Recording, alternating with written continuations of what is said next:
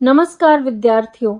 आज हम पढ़ेंगे हिंदी साहित्य की एक अत्यंत प्रसिद्ध और प्रेरणादायक कविता झांसी की रानी, जिसे महान कवयित्री सुभद्रा कुमारी चौहान ने लिखा है।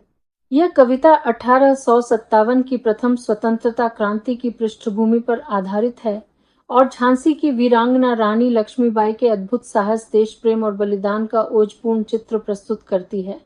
रानी लक्ष्मीबाई भारतीय इतिहास की उन महान हस्तियों में से एक हैं जिन्होंने अंग्रेजी शासन के विरुद्ध संघर्ष करते हुए अपने प्राणों का बलिदान दिया, लेकिन कभी हार नहीं मानी। इस कविता में हम उनके बचपन से लेकर अंतिम युद्ध तक की पूरी वीरगाथा जानेंगे। साथ ही यह भी समझेंगे कि किस प्रकार उन्होंने अपने साहस, आत्मसम्मान और देशभक्ति से पूरे भारत को प्रेरित किया। यह कविता केवल एक ऐतिहासिक घटना का वर्णन नहीं करती, बल्कि हमारे भीतर साहस, राष्ट्र प्रेम और अन्याय के विरुद्ध संघर्ष करने की प्रेरणा भी जगाती है। कवयित्री परिचय। विद्यार्थियों, किसी भी रचना को अच्छी तरह समझने के लिए उसके रचयिता के बारे में जानना भी बहुत महत्वपूर्ण होता है। तो आइए सबसे पहले इस कविता की कवयित्री सुभद्रा कुमारी चौहान के बारे में थोड़ा जान लेते हैं। सुभद्रा कुमारी चौहान हिंदी साहित्य की प्रसिद्ध कवयित्री और स्वतंत्रता सेनानी थीं। उनका जन्म सन 1904 में उत्तर प्रदेश के प्रयागराज में हुआ था। वे केवल लेखनी से ही नहीं, बल्कि स्वतंत्रता आंदोलन में सक्रिय भागीदारी के लिए भी जानी जाती हैं। देश की आजादी के लिए संघर्ष करते हुए उन्हें 2 बार जेल भी जाना पड़ा था। उनकी कविताओं में देश प्रेम, साहस और राष्ट्रभक्ति की भावना स्पष्ट दिखाई देती है। सरल और प्रभावशाली भाषा उनकी रचनाओं की सबसे बड़ी विशेषता है, जिसके कारण उनकी कविताएं आज भी लोगों के हृदय को प्रेरित करती हैं। झांसी की रानी उनकी सबसे प्रसिद्ध कविताओं में से एक है। इस कविता ने रानी लक्ष्मीबाई की वीरता और बलिदान को जन जन तक पहुंचाया और इसे हिंदी साहित्य की अमर रचनाओं में स्थान दिलाया। तो आइए अब इस प्रेरणादायक कविता झांसी की रानी का अध्ययन आरंभ करते हैं। सिंहासन हिल उठे, राजवंशों ने भ्रिकुटी तानी थी। बूढ़े भारत में भी आई फिर से नई जवानी थी। गुमी हुई आजादी की कीमत सबने पहचानी थी। दूर फिरंगी को करने की सबने मन में ठानी थी। चमक उठी सन 57 में, वह तलवार पुरानी थी। बुंदेले हरबोलों के मुंह हमने सुनी कहानी थी। खूब लड़ी मर्दानी, वह तो झांसी वाली रानी थी। अब इस पद्यांश के कुछ महत्वपूर्ण शब्दों के अर्थ समझ लेते हैं। सिंहासन हिल उठे अर्थात राज्य सत्ता अस्थिर हो गई। भ्रिकुटी तानी अर्थात क्रोध में भौहें चढ़ाना। नई जवानी अर्थात नया जोश और उत्साह। फिरंगी अर्थात अंग्रेज। तलवार पुरानी से आशय भारत की पुरानी वीरता और साहस से है। हर बोले वे लोक गायक होते थे जो वीरों की कहानियां गाया करते थे। अब आइए इस पद्यांश की सरल व्याख्या समझते हैं। इस पद्यांश में कवयित्री 1857 की क्रांति का वातावरण प्रस्तुत करती है। उस समय पूरे भारत में अंग्रेजों के विरुद्ध असंतोष फैल चुका था। भारतीय राजा, नवाब और सामान्य जनता सभी अंग्रेजी शासन से परेशान थे। ऐसा प्रतीत हो रहा था मानो पूरे देश में नई ऊर्जा और नया उत्साह जाग उठा हो। लोगों को अपनी खोई हुई स्वतंत्रता का महत्व समझ में आने लगा था और सभी के मन में अंग्रेजों को भारत से बाहर निकालने का संकल्प जन्म ले चुका था। कवयित्री कहती हैं कि 1857 में भारत की पुरानी वीरता फिर से जाग उठी। इसी वीरता का सबसे उज्जवल प्रतीक थी झांसी की रानी लक्ष्मीबाई। बुंदेलखंड के लोक गायक आज भी गर्व के साथ उनकी वीरता की कहानी सुनाते हैं और बताते हैं कि उन्होंने असाधारण साहस के साथ अंग्रेजों का सामना किया। इस पद्यांश में देशभक्ति, स्वतंत्रता की भावना और रानी लक्ष्मीबाई के अदम्य साहस का प्रभावशाली चित्रण किया गया है। अब आगे बढ़ते हैं अगले पद्यांश की ओर। पद्यांश 2। कानपुर के नाना की मोंगोली बहन छबीली थी। लक्ष्मीबाई नाम, पिता की वह संतान अकेली थी। नाना के संग पढ़ती थी वह, नाना के संग खेली थी। बर्छी, ढाल, कृपाण, कटारी उसकी यही सहेली थी। वीर शिवाजी की गाथाएं उसको याद जुबानी थी। बुंदेले हरबोलों के मुंह हमने सुनी कहानी थी, खूब लड़ी मर्दानी, वह तो झांसी वाली रानी थी। अब इस पद्यांश के कुछ महत्वपूर्ण शब्दों के अर्थ समझ लेते हैं। मोहबोली बहन अर्थात जिसे स्नेह और प्रेम से बहन माना जाए। छबीली अर्थात सुंदर, चंचल और आकर्षक। बर्छी अर्थात भाले जैसा हथियार। कृपाण अर्थात तलवार। कटारी अर्थात छोटा नुकीला हथियार। गाथाएं अर्थात वीरता की कहानियां। अब आइए इस पद्यांश की सरल व्याख्या समझते हैं। इन पंक्तियों में कवयित्री रानी लक्ष्मीबाई के बचपन का सुंदर चित्र प्रस्तुत करती हैं। वे बताती हैं कि लक्ष्मीबाई कानपुर के नाना साहब की मोहबोली बहन थी। उनका स्वभाव बहुत चंचल, सुंदर और आकर्षक था।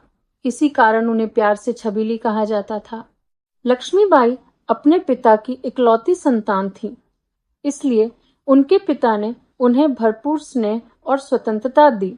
उनका बचपन सामान्य बालिकाओं की तरह नहीं बीता। वे नाना साहब के साथ पढ़ती थीं, उनके साथ खेलती थीं और बचपन से ही साहसिक गतिविधियों में रुचि रखती थीं। बर्छी, ढाल, कृपाण और कटारी जैसे हथियार उनके प्रिय साथी थे। उन्हें घुड़सवारी, तलवाराबाजी और युद्ध कला का अभ्यास करना अच्छा लगता था।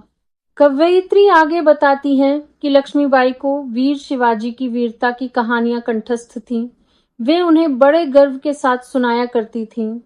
इन कहानियों ने उनके मन में साहस, स्वाभिमान और देशभक्ति की भावना को और मजबूत किया।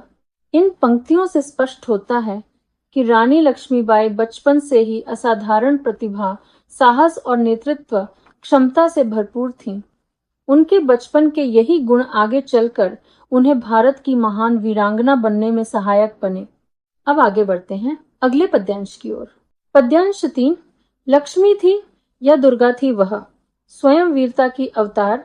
देख मराठे, पुलकित होते उसकी तलवारों के वार। नकली युद्ध, व्यूह की रचना और खेलना खूब शिकार। सैन्य घेरना, दुर्ग तोड़ना, ये थे उसके प्रिय खिलवाड़। महाराष्ट्र कुलदेवी उसकी भी आराध्य भवानी थी। बुंदेले हरबोलों के मुंह हमने सुनी कहानी थी, खूब लड़ी मर्दानी, वह तो झांसी वाली रानी थी। अब इस पद्यांश के कुछ महत्वपूर्ण शब्दों के अर्थ समझ लेते हैं। अवतार अर्थात दिव्य रूप। पुलकित अर्थात प्रसन्न और रोमांचित। व्यूह अर्थात युद्ध की योजना या रणनीति। सैन्य अर्थात सेना। दुर्गा अर्थात किला। आराध्य अर्थात पूजनीय। भवानी देवी दुर्गा का एक रूप है। अब आइए इस पद्यांश की सरल व्याख्या समझते हैं। इन पंक्तियों में कवयित्री रानी लक्ष्मीबाई की वीरता और युद्ध कौशल का प्रभावशाली वर्णन करती हैं। वे कहती हैं कि लक्ष्मीबाई इतनी साहसी, तेजस्वी और पराक्रमी थीं कि ऐसा लगता था मानो वे स्वयं देवी लक्ष्मी या देवी दुर्गा का अवतार हों। उनमें वीरता कूट कूट कर भरी हुई थी। जब मराठा योद्धा उनकी तलवार के वार देखते थे तो वे आश्चर्य और गर्व से भर उठते थे। उनकी युद्ध कला और तलवार चलाने की क्षमता असाधारण थी। लक्ष्मीबाई को बचपन से ही युद्ध संबंधी गतिविधियों में विशेष रुचि थी। वे नकली युद्ध खेलती थीं, युद्ध की योजनाएं बनाती थीं और शिकार करना भी पसंद करती थीं। इतना ही नहीं, सेना को घेरने और किलों को जीतने जैसी रणनीतियों का अभ्यास भी उनके प्रिय खेलों में शामिल था। सामान्य बच्चों के लिए जो बातें असंभव लगती हैं, वे लक्ष्मीबाई के लिए मनोरंजन और अभ्यास का माध्यम थीं। कवयित्री आगे बताती हैं कि रानी लक्ष्मीबाई देवी भवानी की उपासक थीं। महाराष्ट्र में देवी भवानी को शक्ति, साहस और विजय की देवी माना जाता है। छत्रपति शिवाजी महाराज भी देवी भवानी के परम भक्त थे और लक्ष्मीबाई भी उसी परंपरा से प्रेरणा प्राप्त करती थीं। इन पंक्तियों से स्पष्ट होता है कि रानी लक्ष्मीबाई केवल एक राजकुमारी नहीं थीं, बल्कि बचपन से ही एक महान योद्धा बनने की तैयारी कर रही थीं। उनका साहस, आत्मविश्वास और युद्ध कौशल आगे चलकर अंग्रेजों के विरुद्ध उनके संघर्ष की सबसे बड़ी शक्ति बना। पद्यांश 4। हुई वीरता की वैभव के साथ सगाई झांसी में। ब्याह हुआ, रानी बनाई लक्ष्मीबाई झांसी में। राजमहल में बजी बधाई, खुशियां छाई झांसी में। सुभट बुंदेलों की विरुदावली सी वह आए झांसी में। चित्रा ने अर्जुन को पाया, शिव से मिली भवानी थी। बुंदेले हरबोलों के मुंह हमने सुनी कहानी थी। खूब लड़ी मर्दानी, वह तो झांसी वाली रानी थी। अब इस पद्यांश के कुछ महत्वपूर्ण शब्दों के अर्थ समझ लेते हैं। वैभव अर्थात समृद्धि, शान और गौरव। सुभट अर्थात वीर योद्धा। विरुदावली अर्थात प्रशंसा में गाए जाने वाले गीत। चित्रा महाभारत की वीर राजकुमारी चित्रांगदा हैं। भवानी देवी पार्वती या दुर्गा का एक रूप है। अब आइए इस पद्यांश की सरल व्याख्या समझते हैं।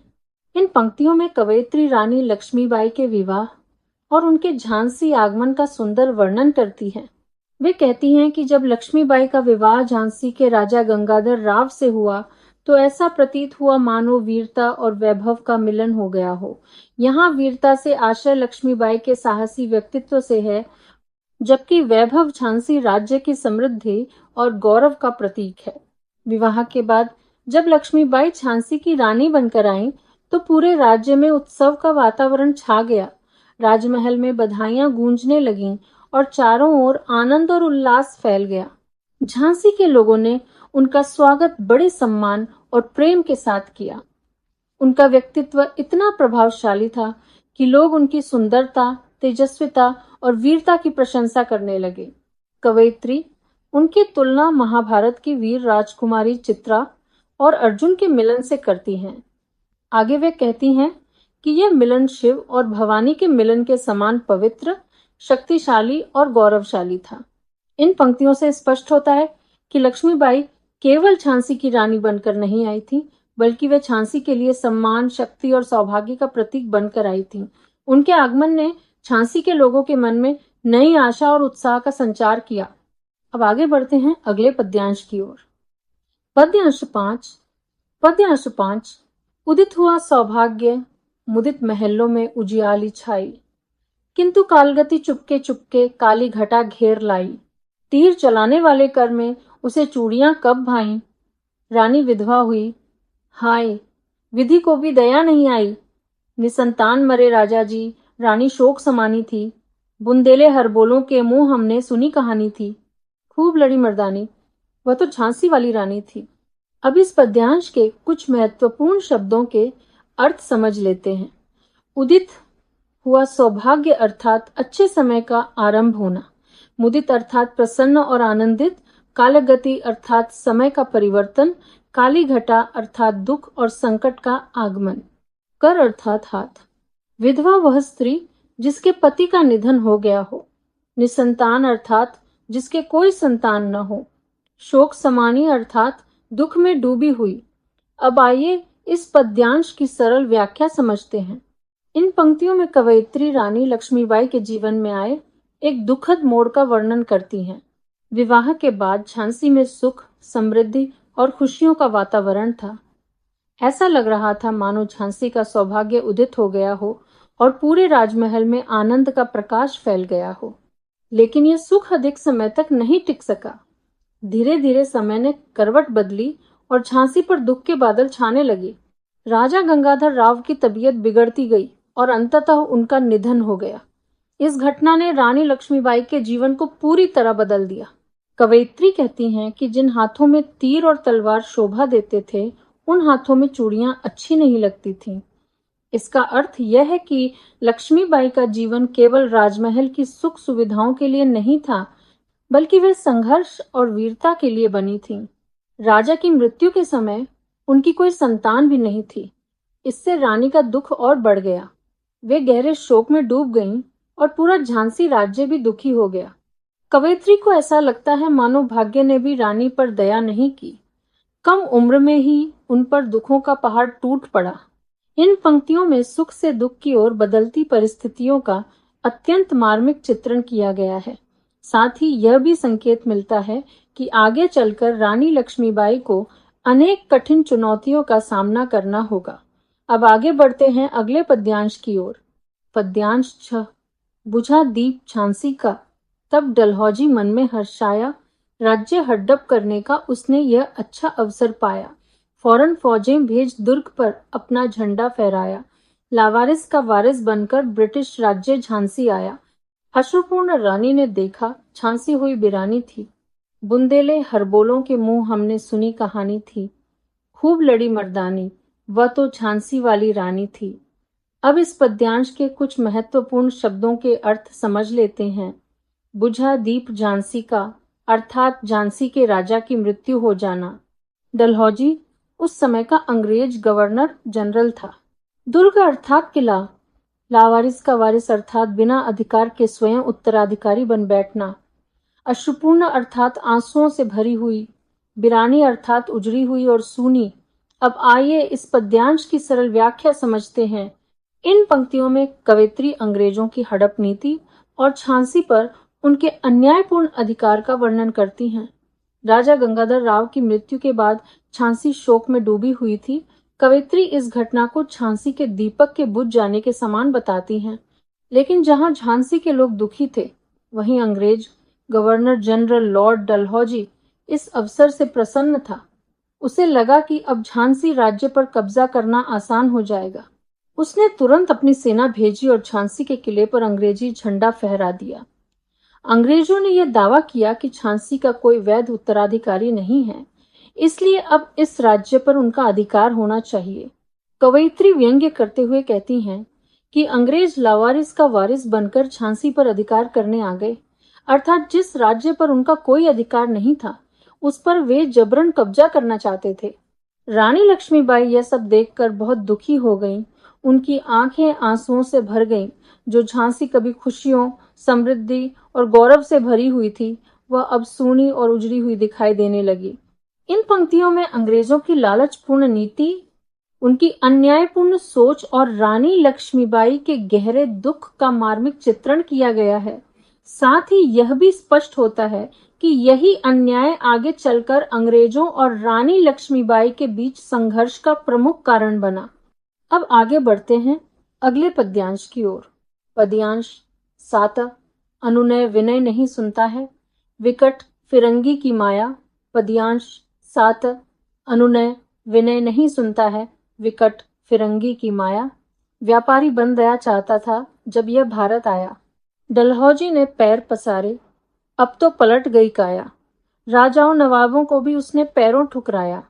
रानी दासी बनी बनी यह दासी अब महारानी थी। बुंदेले हरबोलों के मुंह हमने सुनी कहानी थी। खूब लड़ी मर्दानी, वह तो झांसी वाली रानी थी। अब इस पद्यांश के कुछ महत्वपूर्ण शब्दों के अर्थ समझ लेते हैं। अनुनय विनय अर्थात प्रार्थना और विनती। विकट अर्थात कठोर, भयानक और निर्दयी। फिरंगी अर्थात अंग्रेज। पैर पसारे अर्थात अपना अधिकार और प्रभाव फैलाना।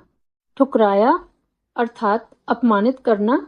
दासी अर्थात सेविका। महारानी अर्थात शासक रानी। अब आइए इस पद्यांश की सरल व्याख्या समझते हैं। इन पंक्तियों में कवयित्री अंग्रेजों की कपटपूर्ण नीति और उनके बदलते स्वभाव का वर्णन करती हैं। वे बताती हैं कि अंग्रेज बहुत कठोर और स्वार्थी हो चुके थे। वे किसी की प्रार्थना या विनती सुनने को तैयार नहीं थे। जब अंग्रेज पहली बार भारत आए थे, तब वे केवल व्यापारी बनकर आए थे। उस समय वे भारतीय शासकों से विनम्रता के साथ व्यापार करने की अनुमति मांगते थे और स्वयं को मित्र के रूप में प्रस्तुत करते थे। लेकिन समय के साथ उनकी नीयत बदल गई। उन्होंने धीरे धीरे अपनी शक्ति बढ़ाई और भारत के विभिन्न राज्यों पर अधिकार करना शुरू कर दिया। कवयित्री कहती हैं कि डलहौजी ने अपना साम्राज्य चारों ओर फैलाना शुरू कर दिया। उसने भारतीय राजाओं और नवाबों का सम्मान नहीं किया, बल्कि उन्हें अपमानित करके उनके राज्यों को अपने अधिकार में लेना शुरू कर दिया। आगे कवयित्री बहुत मार्मिक ढंग से बताती हैं कि भारतीय रानियां और राजघराने जो कभी सम्मान और वैभव के साथ जीवन बिताते थे, अब दासों जैसी स्थिति में पहुंच गए थे। दासों जैसी स्थिति में दूसरी ओर अंग्रेज जो कभी भारत में अनुमति मांगकर आए थे, अब शासकों की तरह व्यवहार करने लगे थे। इसी विरोधाभास को व्यक्त करने के लिए कवयित्री कहती हैं कि रानी दासी बन गई और दासी महारानी बन बैठी। इन पंक्तियों में अंग्रेजों के बढ़ते अहंकार, उनकी साम्राज्यवादी नीति और भारतीय शासकों के अपमान का प्रभावशाली चित्रण किया गया है। साथ ही यह भी बताया गया है कि अंग्रेजों के अन्यायपूर्ण व्यवहार से भारतीयों के मन में असंतोष और क्रोध लगातार बढ़ता जा रहा था। अब आगे बढ़ते हैं अगले पद्यांश की ओर। पद्यांश 8। छिनी राजधानी दिल्ली की, लिया लखनऊ बातों बात, कैद पेशवा था बिठूर में, हुआ नागपुर का भी घात, उदयपुर, तंजौर, सतारा, कर्नाटक की कौन बिसात। जबकि सिंध, पंजाब, ब्रह्म पर अभी हुआ था वज्र निपात। बंगाले, मद्रास आदि की भी तो यही कहानी थी।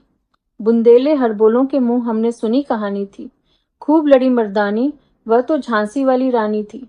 अब इस पद्यांश के कुछ महत्वपूर्ण शब्दों के अर्थ समझ लेते हैं। कैद अर्थात बंदी बनाना, घात अर्थात धोखे से किया गया आक्रमण, बिसात अर्थात शक्ति, सामर्थ्य या हैसियत, वज्र निपात अर्थात बहुत बड़ा और भयंकर आघात, बातों बात अर्थात बहुत आसानी से या बिना अधिक कठिनाई के, ब्रह्म से आशय यहाँ बर्मा अर्थात वर्तमान म्यांमार से है। अब आइए इस पद्यांश की सरल व्याख्या समझते हैं।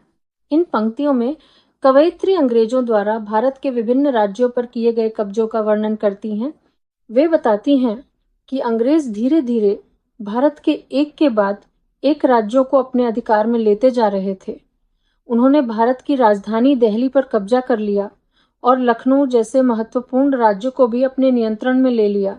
मराठा साम्राज्य के प्रमुख पेशवा को बिठूर में कैद कर दिया गया। नागपुर राज्य पर भी अंग्रेजों ने अपनी नीति और शक्ति के बल पर अधिकार कर लिया। कवयित्री आगे कहती हैं कि उदयपुर, तंजौर, सतारा और कर्नाटक जैसे राज्यों की भी अंग्रेजों के सामने कोई विशेष शक्ति नहीं रह गई थी।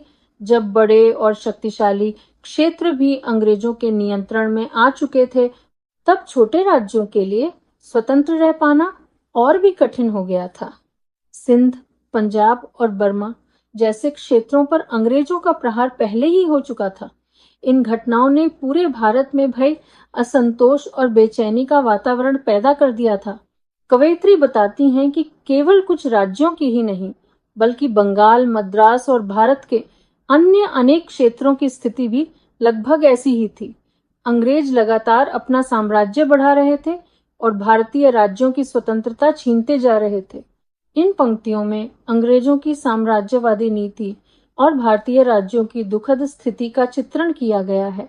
साथ ही यह भी स्पष्ट किया गया है कि अंग्रेजों के बढ़ते अत्याचारों के कारण पूरे देश में असंतोष फैल रहा था, जो आगे चलकर स्वतंत्रता संग्राम की बड़ी चिंगारी बना।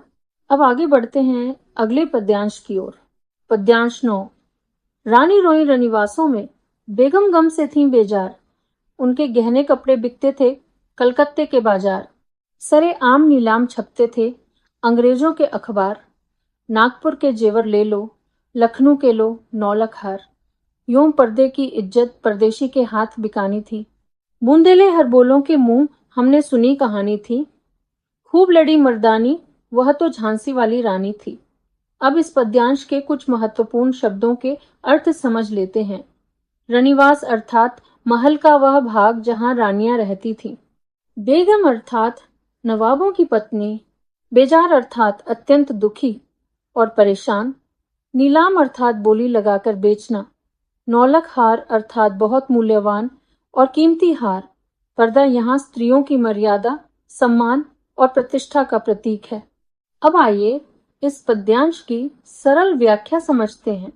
इन पंक्तियों में कवयित्री अंग्रेजों द्वारा भारतीय राजघरानों के अपमान और उनकी पीड़ा का मार्मिक चित्रण करती हैं। वे बताती हैं कि जब अंग्रेजों ने भारतीय राज्यों पर कब्जा करना शुरू किया, तब केवल राजसत्ता ही नहीं छीनी गई, बल्कि राजघरानों का सम्मान और वैभव भी नष्ट कर दिया गया। महलों में रहने वाली रानियां रो रही थीं और नवाबों की बेगमें गहरे दुख में डूबी हुई थीं। उनका गौरव, सम्मान और सुख सब कुछ उनसे छिनता जा रहा था। अंग्रेजों की निर्दयता इतनी बढ़ गई थी कि वे राजघरानों के गहने, कपड़े और कीमती वस्तुएं तक जब्त करके कलकत्ते के बाजारों में बेचने लगे।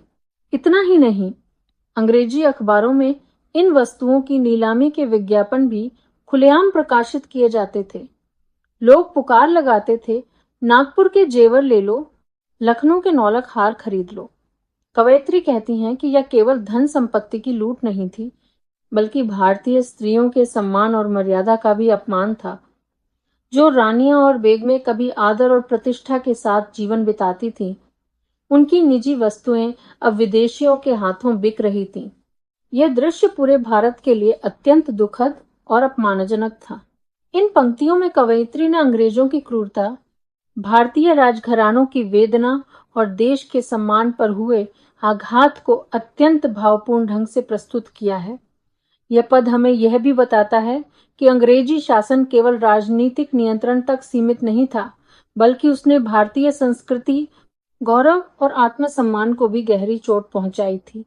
अब आगे बढ़ते हैं अगले पद्यांश की ओर। पद्यांश 10। कुटियों में थी विषम वेदना, महलों में आहत अपमान। वीर सैनिकों के मन में था अपने पुरखों का अभिमान। नाना धुंधुपंत पेशवा जुटा रहा था सब सामान। बहन छबीली ने रणचंडी का कर दिया प्रकट आह्वान। हुआ यज्ञ प्रारंभ, उन्हें तो सोई ज्योति जगानी थी। बुंदेले हरबोलों के मुंह हमने सुनी कहानी थी। खूब लड़ी मर्दानी, वह तो झांसी वाली रानी थी। अब इस पद्यांश के कुछ महत्वपूर्ण शब्दों के अर्थ समझ लेते हैं।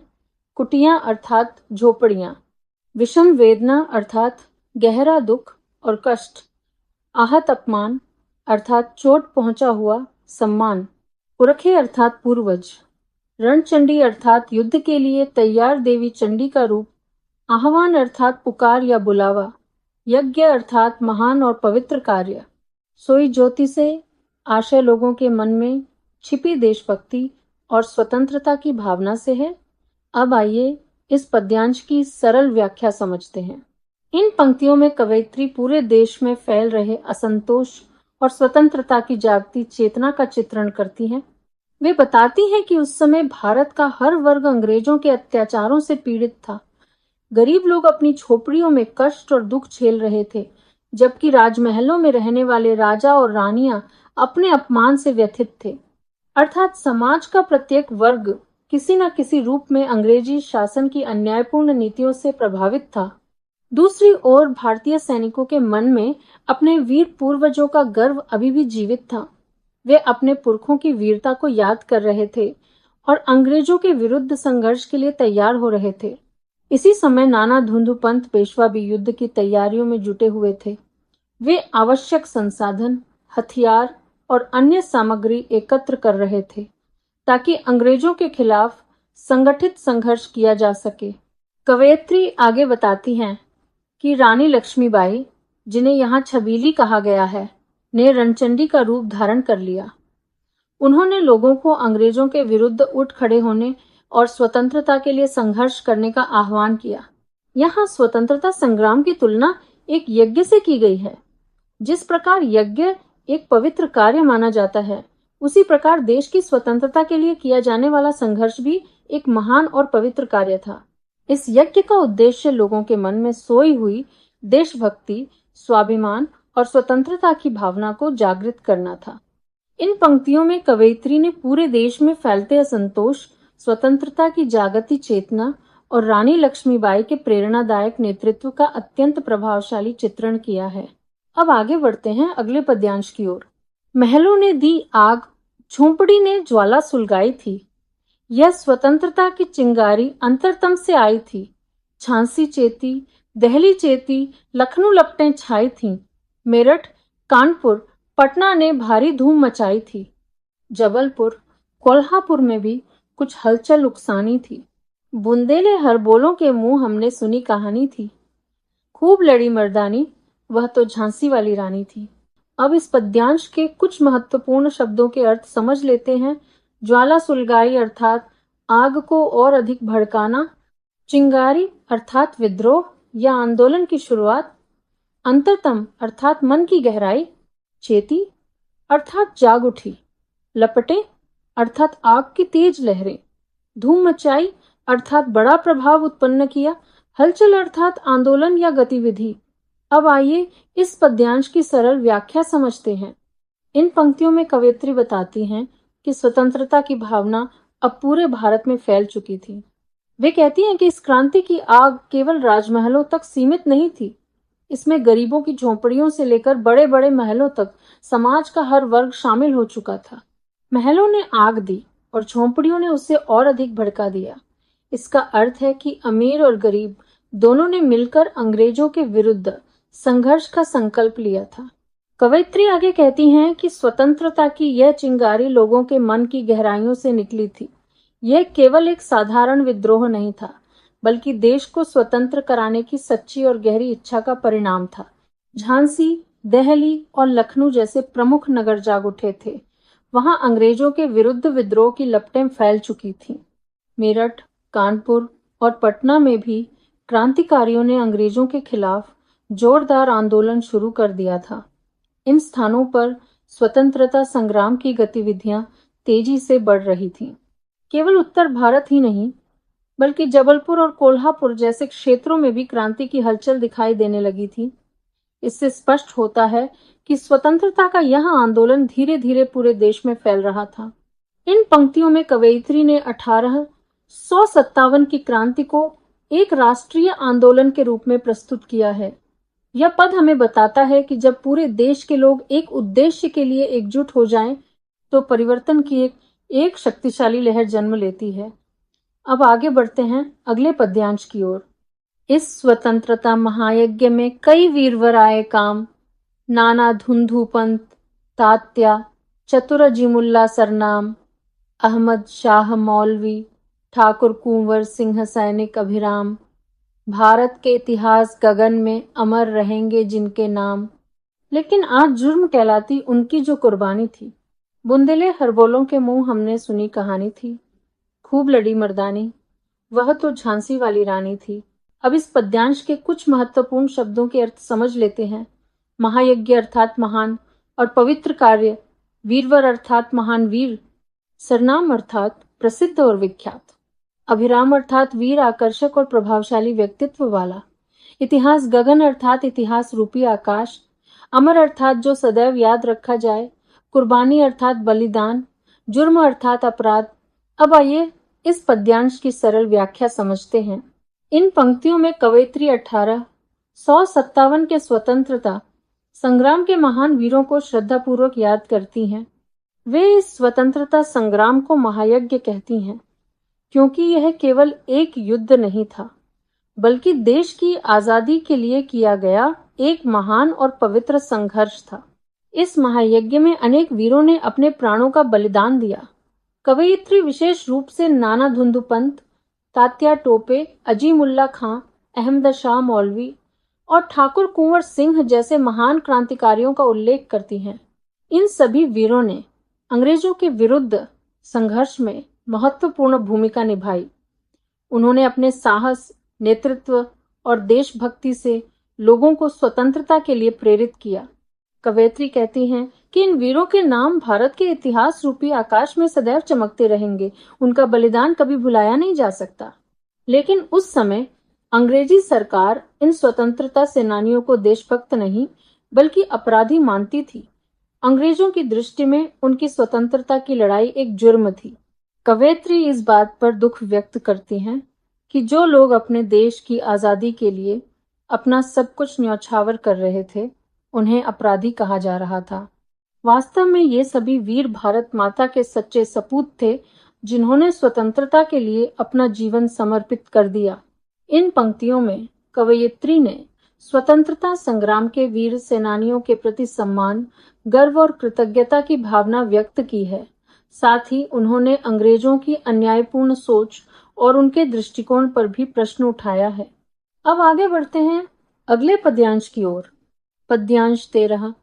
इनकी गाथा छोड़ चले हम झांसी के मैदानों में, जहां खड़ी है लक्ष्मीबाई, मर्द बनी मर्दानों में, लेफ्टिनेंट वॉकर आ पहुंचा, आगे बढ़ा जवानों में। रानी ने तलवार खींच ली, हुआ द्वंद्व आसमानों में, जख्मी होकर वॉकर भागा, उसे अजब हैरानी थी। बूंदेले हरबोलों के मुंह हमने सुनी कहानी थी। खूब लड़ी मर्दानी, वह तो झांसी वाली रानी थी।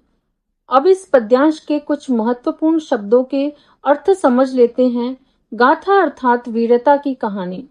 मर्दानों में अर्थात वीर पुरुषों के बीच लेफ्टिनेंट वॉकर अंग्रेज सेना का एक अधिकारी था। द्वंद्व अर्थात आमने सामने का युद्ध। जख्मी अर्थात घायल। हैरानी अर्थात आश्चर्य। अब आइए इस पद्यांश की सरल व्याख्या समझते हैं। इन पंक्तियों में कवयित्री हमें झांसी के युद्ध क्षेत्र में ले जाती हैं, जहां रानी लक्ष्मीबाई अंग्रेजों के विरुद्ध वीरतापूर्वक संघर्ष कर रही थीं। कवयित्री कहती हैं कि अब अन्य वीरों की कहानियां छोड़कर हम झांसी के रणक्षेत्र की ओर चलते हैं। वहां रानी लक्ष्मीबाई वीर योद्धाओं के बीच एक योद्धा की तरह खड़ी थीं। वे किसी साधारण रानी की तरह महल में बैठकर आदेश नहीं दे रही थीं, बल्कि स्वयं युद्ध भूमि में उतरकर सेना का नेतृत्व कर रही थीं। इसी दौरान अंग्रेज अधिकारी लेफ्टिनेंट वॉकर अपनी सेना के साथ युद्ध के मैदान में पहुंचा। उसे विश्वास था कि वह आसानी से झांसी को पराजित कर देगा, लेकिन जैसे ही उसका सामना रानी लक्ष्मीबाई से हुआ, रानी ने तुरंत अपनी तलवार निकाल ली और दोनों के बीच भीषण युद्ध शुरू हो गया। कवयित्री इस युद्ध का वर्णन करते हुए कहती हैं कि यह संघर्ष इतना प्रचंड था, मानो उसका प्रभाव आकाश तक पहुंच गया हो। रानी लक्ष्मीबाई की तलवार के वार अत्यंत तेज और शक्तिशाली थे। उनकी वीरता और युद्ध कौशल के सामने लेफ्टिनेंट वॉकर टिक नहीं सका। वह घायल हो गया और युद्ध भूमि से भागने पर मजबूर हो गया। उसे यह देखकर बहुत आश्चर्य हुआ कि एक महिला इतनी अद्भुत बहादुरी और कुशलता के साथ युद्ध लड़ सकती है। इन पंक्तियों में कवयित्री ने रानी लक्ष्मीबाई के साहस, आत्मविश्वास और युद्ध कौशल का अत्यंत प्रभावशाली चित्रण किया है। यह पद हमें बताता है कि सच्ची वीरता किसी के स्त्री या पुरुष होने पर नहीं, बल्कि उसके साहस और संकल्प पर निर्भर करती है। अब आगे बढ़ते हैं अगले पद्यांश की ओर। पद्यांश 14। रानी बढ़ी कालपी आई, कर 100 मील निरंतर पार, घोड़ा थक कर गिरा भूमि पर, गया स्वर्ग तत्काल सिधार, यमुना तट पर अंग्रेजों ने फिर खाई रानी से हार। विजयी रानी आगे चल दी, किया ग्वालियर पर अधिकार, अंग्रेजों के मित्र सिंधिया ने छोड़ी राजधानी थी। बुंदेले हरबोलों के मुंह हमने सुनी कहानी थी, खूब लड़ी मर्दानी, वह तो झांसी वाली रानी थी। अब इस पद्यांश के कुछ महत्वपूर्ण शब्दों के अर्थ समझ लेते हैं। निरंतर अर्थात लगातार, भूमि अर्थात धरती, सिधार अर्थात मृत्यु को प्राप्त होना, यमुना तट अर्थात यमुना नदी का किनारा, अधिकार अर्थात नियंत्रण या कब्जा प्राप्त करना, राजधानी अर्थात राज्य का मुख्य नगर। अब आइए इस पद्यांश की सरल व्याख्या समझते हैं। इन पंक्तियों में कवयित्री रानी लक्ष्मीबाई के अदम्य साहस, संघर्ष और लगातार आगे बढ़ते रहने की भावना का वर्णन करती हैं। झांसी से निकलने के बाद रानी लक्ष्मीबाई बिना रुके लगातार आगे बढ़ती हुई कालपी पहुंची। उन्होंने कठिन परिस्थितियों में भी हार नहीं मानी और अपने संघर्ष को जारी रखा। कवयित्री बताती हैं कि इस लंबी यात्रा के दौरान रानी का घोड़ा अत्यधिक थक गया। उसने अपनी पूरी शक्ति से रानी का साथ निभाया, लेकिन अंत में धरती पर गिर पड़ा और उसकी मृत्यु हो गई। ये प्रसंग रानी के संघर्ष की कठिनाइयों और उनके प्रति उनके घोड़े की निष्ठा को दर्शाता है। लेकिन रानी ने अपने साहस को कमजोर नहीं पड़ने दिया। वे आगे बढ़ती रहीं और यमुना नदी के तट पर एक बार फिर अंग्रेजों का सामना किया। इस युद्ध में भी अंग्रेजों को हार का सामना करना पड़ा। रानी की वीरता और युद्ध कौशल ने एक बार फिर उन्हें विजय दिलाई। इसके बाद रानी लक्ष्मीबाई विजयी होकर ग्वालियर की ओर बढ़ी और वहां के किले पर अधिकार कर लिया। ग्वालियर का शासक सिंधिया अंग्रेजों का समर्थक था। जब उसने रानी की शक्ति, साहस और बढ़ते प्रभाव को देखा तो वह भयभीत हो गया और अपनी राजधानी छोड़कर वहां से चला गया। इन पंक्तियों में कवयित्री ने रानी लक्ष्मीबाई के अटूट साहस, दृढ़ संकल्प और नेतृत्व क्षमता का प्रभावशाली चित्रण किया है। अनेक कठिनाइयों और चुनौतियों के बावजूद वे निरंतर आगे बढ़ती रहीं और अंग्रेजों को लगातार चुनौती देती रहीं। अब आगे बढ़ते हैं अगले पद्यांश की ओर।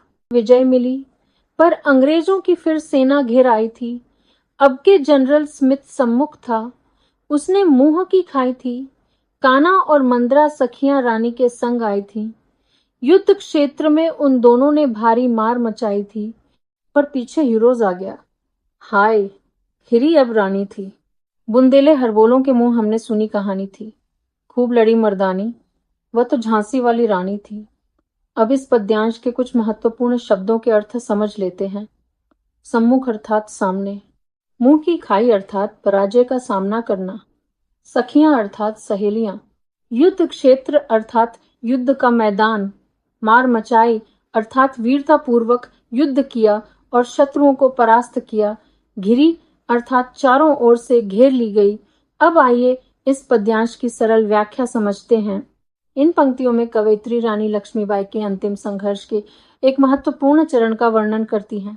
ग्वालियर पर विजय प्राप्त करने के बाद ऐसा लग रहा था कि रानी को बड़ी सफलता मिल गई है, लेकिन अंग्रेजों ने हार नहीं मानी और अपनी एक बड़ी सेना फिर से युद्ध के मैदान में भेज दी। इस बार अंग्रेज सेनापति जनरल स्मिथ स्वयं रानी के सामने था। उसने रानी और उनकी सेना को पराजित करने का प्रयास किया, लेकिन रानी की वीरता और युद्ध कौशल के सामने उसे भी हार का सामना करना पड़ा। रानी लक्ष्मीबाई के साथ उनकी दो वीर सखियां कान्हा और मंद्रा भी युद्ध भूमि में उपस्थित थीं। वे केवल दर्शक नहीं थीं, बल्कि पूरी बहादुरी के साथ युद्ध में भाग ले रही थीं। दोनों सखियों ने अंग्रेज सैनिकों के विरुद्ध अद्भुत साहस का परिचय दिया और युद्ध के मैदान में अपनी वीरता से सभी को प्रभावित कर दिया। लेकिन तभी परिस्थितियां अचानक बदल गईं। अंग्रेज सेनापति हिरोज अपनी सेना के साथ पीछे से आ पहुंचा। अब रानी लक्ष्मीबाई चारों ओर से अंग्रेज सेना से घिर गईं। स्थिति अत्यंत कठिन और चुनौतीपूर्ण हो चुकी थी। फिर भी रानी और उनके साथियों ने साहस नहीं खोया। वे अंतिम क्षण तक वीरतापूर्वक संघर्ष करने के लिए तैयार थीं। इन पंक्तियों में कवयित्री ने रानी लक्ष्मीबाई के अंतिम संघर्ष की गंभीरता, उनकी सखियों की वीरता और युद्ध की कठिन परिस्थितियों का प्रभावशाली चित्रण किया है। यह पद हमें साहस, मित्रता, निष्ठा और देशभक्ति की प्रेरणा देता है। अब आगे बढ़ते हैं अगले पद्यांश की ओर। पद्यांश 16। तो भी रानी मार काटकर चलती बनी सैन्य के पार, किंतु सामने नाला आया, था यह संकट विषम अपार, घोड़ा अड्डा नया घोड़ा था, इतने में आ गए सवार। रानी एक शत्रु बहुतेरे, होने लगे वार पर वार, घायल होकर गिरी सिंहनी, उसे वीरगति पानी थी। बुंदेले हरबोलों के मुंह हमने सुनी कहानी थी, खूब लड़ी मर्दानी, वह तो झांसी वाली रानी थी।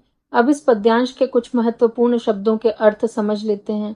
सैन्य अर्थात सेना, विषम अर्थात अत्यंत कठिन, अपार अर्थात बहुत बड़ा या असीम, सवार अर्थात घोड़े पर बैठे सैनिक, वार अर्थात हमला। सिंहनी यहाँ रानी लक्ष्मीबाई के लिए प्रयुक्त हुआ है। वीरगति अर्थात युद्ध में वीरतापूर्वक प्राणों का बलिदान देना। अब आइए इस पद्यांश की सरल व्याख्या समझते हैं। इन पंक्तियों में कवयित्री रानी लक्ष्मीबाई के अंतिम युद्ध और उनके महान बलिदान का मार्मिक वर्णन करती हैं। चारों ओर से घिर जाने के बाद भी रानी लक्ष्मीबाई ने हार नहीं मानी। वह पूरी वीरता के साथ अंग्रेज सैनिकों का सामना करती हुई अपनी सेना की ओर बढ़ने लगी। रास्ते में उन्होंने अनेक शत्रुओं को परास्त किया और संघर्ष करती हुई आगे बढ़ती रहीं। उनका साहस और आत्मविश्वास अंतिम क्षण तक अडिग बना रहा। लेकिन तभी उनके सामने एक नाला आ गया। यह उनके लिए एक बड़ी और कठिन बाधा थी। उनका घोड़ा नया था, इसीलिए वह नाले को पार करने में हिचक गया और वहीं रुक गया। इसी बीच अंग्रेज सैनिक घोड़ों पर सवार होकर वहां पहुंच गए। अब स्थिति अत्यंत गंभीर हो चुकी थी। एक ओर अकेली रानी थी और दूसरी ओर बड़ी संख्या में शत्रु सैनिक थे। चारों तरफ से उन पर लगातार हमले होने लगे। फिर भी रानी ने साहस नहीं छोड़ा। वे अंतिम क्षण तक वीरतापूर्वक युद्ध करती रहीं और अपने अदम्य पराक्रम का परिचय देती रहीं। कवयित्री रानी की तुलना सिंहनी से करती हैं। जिस प्रकार सिंहनी अपने अंतिम क्षण तक निर्भीक होकर संघर्ष करती है, उसी प्रकार रानी लक्ष्मीबाई ने भी अंत तक शत्रुओं का सामना किया। अंततः वे गंभीर रूप से घायल होकर युद्ध भूमि में गिर पड़ी और वीर गति को प्राप्त हुई। इन पंक्तियों में कवयित्री ने रानी लक्ष्मीबाई के अद्भुत साहस, अटूट संघर्ष और सर्वोच्च बलिदान का अत्यंत भावपूर्ण चित्रण किया है। यह पद हमें सिखाता है कि सच्चा वीर कठिन से कठिन परिस्थितियों में भी साहस नहीं छोड़ता और अपने कर्तव्य के लिए अंत तक संघर्ष करता है। अब आगे बढ़ते हैं अगले पद्यांश की ओर। रानी गई सिधार, चिता अब उसकी दिव्य सवारी थी, मिला तेज से तेज, तेज की वह सच्ची अधिकारी थी। अभी उम्र कुल 23 की थी। मनुज नहीं अवतारी थी। हमको जीवित करने आई, बन स्वतंत्रता नारी थी। दिखा गई पथ, सिखा गई हमको, जो सीख सिखानी थी। बुंदेले हरबोलों के मुंह हमने सुनी कहानी थी। खूब लड़ी मर्दानी, वह तो झांसी वाली रानी थी। अब इस पद्यांश के कुछ महत्वपूर्ण शब्दों के अर्थ समझ लेते हैं। सिद्धार अर्थात मृत्यु को प्राप्त होना। चिता अर्थात अंतिम संस्कार की अग्नि। दिव्य अर्थात पवित्र, महान और अलौकिक। अधिकारी अर्थात योग्य। मनुज अर्थात मनुष्य। अवतारी अर्थात दिव्य गुणों वाला व्यक्तित्व। स्वतंत्रता नारी अर्थात स्वतंत्रता के लिए समर्पित वीर महिला। पथ अर्थात मार्ग। अब आइए इस पद्यांश की सरल व्याख्या समझते हैं। इन पंक्तियों में कवयित्री रानी लक्ष्मीबाई के बलिदान और उनके महान व्यक्तित्व को श्रद्धापूर्वक स्मरण करती हैं। वे कहती हैं कि रानी लक्ष्मीबाई वीरगति को प्राप्त हो चुकी थीं। अब उनकी चिता ही उनकी अंतिम और पवित्र सवारी बन गई थी। कवयित्री के अनुसार रानी का तेज, साहस और गौरव इतना महान था कि ऐसा प्रतीत होता है मानो उनका तेज किसी दिव्य शक्ति में विलीन हो गया हो। वे वास्तव में वीरता और शक्ति की सच्ची अधिकारी थीं। कवयित्री को यह सोचकर आश्चर्य होता है कि रानी की आयु केवल 23 वर्ष थी। इतनी कम आयु में उन्होंने जो साहस, आत्मविश्वास और देशभक्ति दिखाई, वह किसी साधारण व्यक्ति के लिए असंभव सा लगता है। इसी कारण कवयित्री उन्हें सामान्य मनुष्य न मानकर अवतार समान व्यक्तित्व के रूप में देखती हैं। आगे वे कहती हैं कि रानी लक्ष्मीबाई केवल अपने लिए नहीं जी रही थी। उनका जीवन देशवासियों के मन में स्वतंत्रता की भावना जगाने और उन्हें जागृत करने के लिए समर्पित था। उन्होंने अपने साहस, संघर्ष और बलिदान से लोगों को यह संदेश दिया कि स्वतंत्रता सबसे मूल्यवान है और उसकी रक्षा के लिए हर कठिनाई का सामना किया जा सकता है। रानी लक्ष्मीबाई अपने जीवन और बलिदान के माध्यम से आने वाली पीढ़ियों को साहस, आत्मसम्मान, देशभक्ति और संघर्ष का मार्ग दिखाकर चली गई। इन पंक्तियों में कवयित्री ने रानी लक्ष्मीबाई के महान बलिदान, उनके प्रेरणादायक व्यक्तित्व और उनकी अमर विरासत का अत्यंत भावपूर्ण चित्रण किया है। यह पद हमें उनके आदर्शों को अपने जीवन में अपनाने की प्रेरणा देता है। अब आगे बढ़ते हैं कविता के अंतिम पद्यांश की ओर। पद्यांश 18। जाओ रानी, याद रखेंगे हम कृतज्ञ भारतवासी। यह तेरा बलिदान जगावेगा स्वतंत्रता अविनाशी। होवे चुप इतिहास, लगे सच्चाई को चाहे फांसी। हो मदमाती विजय, मिटा दे गोलों से चाहे झांसी। तेरा स्मारक तू ही होगी, तू खुद अमिट निशानी थी। बुंदेले हरबोलों के मुंह हमने सुनी कहानी थी। खूब लड़ी मर्दानी, वह तो झांसी वाली रानी थी। अब इस पद्यांश के कुछ महत्वपूर्ण शब्दों के अर्थ समझ लेते हैं। कृतज्ञ अर्थात आभारी। बलिदान अर्थात देश या किसी महान उद्देश्य के लिए अपना सर्वस्व समर्पित करना। अविनाशी अर्थात जो कभी नष्ट न हो। मदमाती विजय अर्थात घमंड से भरी हुई जीत। गोलों अर्थात तोप के गोले। स्मारक अर्थात यादगार। अमिट निशानी अर्थात ऐसी पहचान जिसे कभी मिटाया न जा सके। अब आइए इस पद्यांश की सरल व्याख्या समझते हैं। इन अंतिम पंक्तियों में कवयित्री रानी लक्ष्मीबाई को भावपूर्ण श्रद्धांजलि अर्पित करती हैं। वे कहती हैं कि भारतवासी सदैव रानी लक्ष्मीबाई को कृतज्ञता और सम्मान के साथ याद रखेंगे। उनका बलिदान कभी व्यर्थ नहीं जाएगा। रानी का त्याग और साहस आने वाली पीढ़ियों के मन में स्वतंत्रता की भावना को सदैव जीवित रखेगा। यही कारण है कि कवयित्री उनकी स्वतंत्रता के लिए दी गई कुर्बानी को अविनाशी बताती हैं। आगे कवयित्री कहती हैं कि यदि इतिहास कुछ समय के लिए मौन हो जाए या सच्चाई को दबाने का प्रयास किया जाए, तब भी रानी लक्ष्मीबाई की वीरता को भुलाया नहीं जा सकता। अंग्रेज अपनी विजय पर चाहे कितना भी गर्व करें और तोपों के गोलों से झांसी को नष्ट कर दें, लेकिन वे रानी के साहस, बलिदान और प्रेरणा को कभी समाप्त नहीं कर सकते। कवयित्री एक अत्यंत सुंदर भाव व्यक्त करते हुए कहती हैं कि रानी का सबसे बड़ा स्मारक कोई भवन, मूर्ति या स्मृति स्थल नहीं है। उनका जीवन, उनका संघर्ष और उनका बलिदान ही उनकी अमर पहचान है। रानी लक्ष्मीबाई स्वयं एक ऐसी अमिट निशानी बन गई जिन्हें भारत सदैव याद रखेगा। इन पंक्तियों के माध्यम से कवयित्री ने रानी लक्ष्मीबाई के प्रति अपना गहरा सम्मान, श्रद्धा और गर्व व्यक्त किया है। कविता का समापन देशभक्ति, साहस और प्रेरणा के संदेश के साथ होता है। विद्यार्थियों, रानी लक्ष्मीबाई का जीवन हमें सिखाता है कि साहस, आत्मसम्मान और देश प्रेम के बल पर कोई भी व्यक्ति इतिहास में अमर बन सकता है। इसी प्रेरणादायक संदेश के साथ यह कविता समाप्त होती है।